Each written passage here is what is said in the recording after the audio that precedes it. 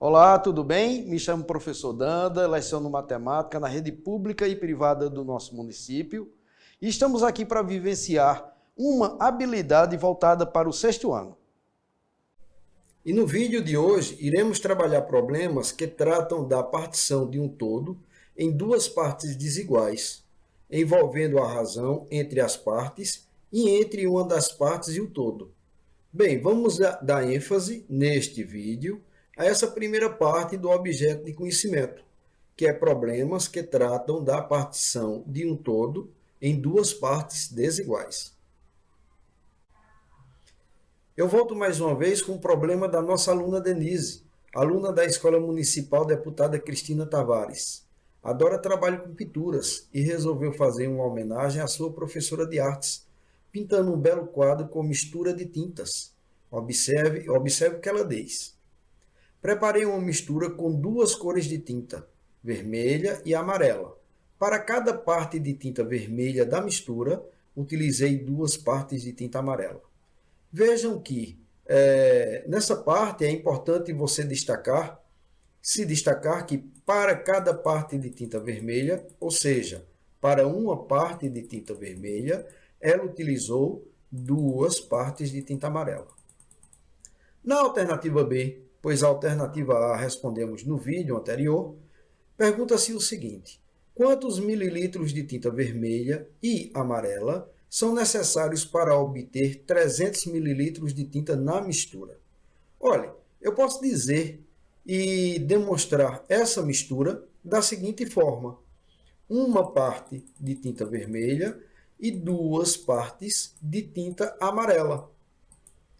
E já que o total de 300 ml ou 300 mililitros, então eu posso dizer que essas três partes juntas vão conter 300 mililitros de tinta.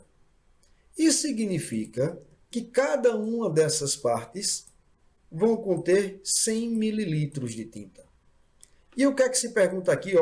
Quantos mililitros são necessários, quantos mililitros de tinta vermelha e amarela são necessários para obter 300 mililitros de tinta na mistura? De tinta vermelha, eu posso dizer que eu tenho uma parte de 100 mililitros. Então, 1 vezes 100 mililitros, 100 mililitros. E de tinta amarela, eu tenho duas partes, cada uma contendo 100 mililitros. Então, 2 vezes 100 mililitros, 200 mililitros. Observe que quando eu chego a esse resultado, 100 ml de tinta vermelha e 200 ml de tinta amarela, eu estou tratando da partição de um todo, que são 300 ml de tinta, em duas partes desiguais, 100 ml para tinta vermelha e 200 ml para tinta amarela. Na alternativa C, ela pede quantos mililitros de tinta vermelha deverão ser usados para fazer uma mistura utilizando 300 mililitros de tinta amarela.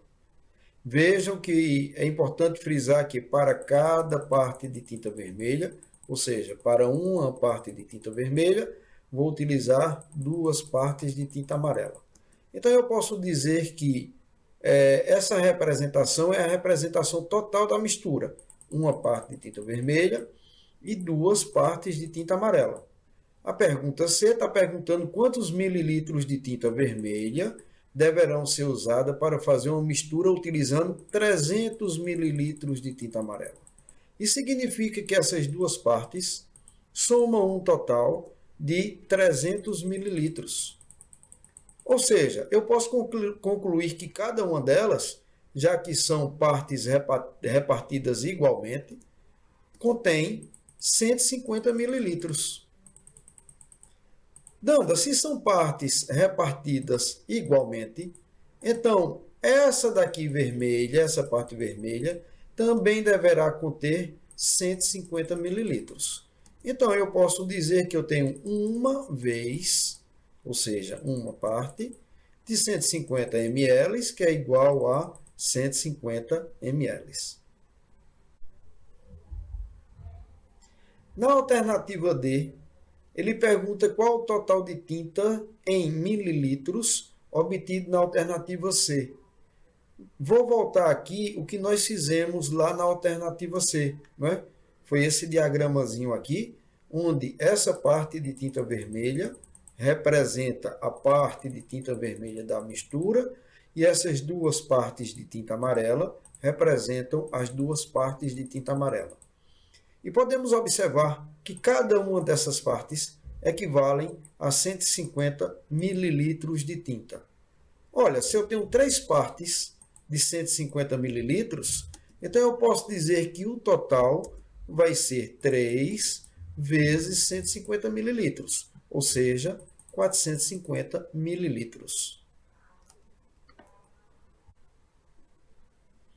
Bem, eu trago mais uma vez a nossa receita de pizza, né? De massa de pizza, sendo que desta vez gostaria de frisar que ela contém 750 gramas de massa. E que continua ainda com os 2 ingredientes, né? 1 xícara de iogurte natural grego e 2 xícaras de farinhas de trigo com fermento. Mas se por um acaso fosse perguntado quantas gramas de iogurte e de farinha de trigo é necessário para essa receita? Lembrando que eu tenho aqui uma razão, não é? Eu tenho 1 xícara de iogurte natural grego para 2 xícaras de farinhas de trigo com fermento. E essa razão eu posso representar desta maneira, onde o vermelhinho aqui representa 1 xícara de iogurte natural grego e as duas partes amarelas representam as 2 xícaras de farinhas de trigo com fermento. Porém, a massa total é 750 gramas. Ou seja, a soma dessas 3 partes, eu vou obter 750 gramas. Já que eu tenho partes iguais, que a razão é representada através de uma fração, eu posso dizer que cada uma dessas partes contém 250 gramas. Ou seja, em vermelho, que está representando o iogurte natural grego, eu vou ter uma parte de 250 gramas, obtendo um total de 250 gramas. O amarelo, que representa aqui a farinha de trigo com fermento, eu vou ter 2 partes, está aqui, de 250 gramas, obtendo um total de 500 gramas. Então, quantas gramas de iogurte e de farinha de trigo é necessário para essa receita? 250 gramas de iogurte e 500 gramas de farinha de trigo.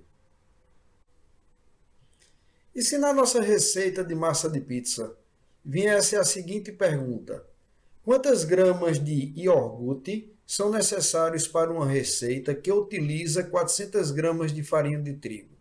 Olha, vejam que a razão ainda está sendo 1 xícara de iogurte para 2 xícaras de farinha de trigo. Então, continuo representando este ingrediente, ou essa massa, desta maneira. Uma parte de iogurte e 2 partes de farinha de trigo. E aí, ele está me dizendo que eu vou utilizar 400 gramas de farinha de trigo, que é esse total aqui. Já que são partes iguais, eu posso dizer que cada uma dessas partes de farinha de trigo equivalem a 200 gramas. Repetindo, são partes iguais, então o que vai caber a parte aqui de iogurte também vai ser 200 gramas. Então minha resposta é que eu vou ter uma parte de 200 gramas igual a 200 gramas. Eu vou utilizar, na realidade, 200 gramas de iogurte. Bem, meninos, encerramos a nossa videoaula por aqui. Eu agradeço muito a oportunidade de estar com vocês. Bons estudos e até a próxima.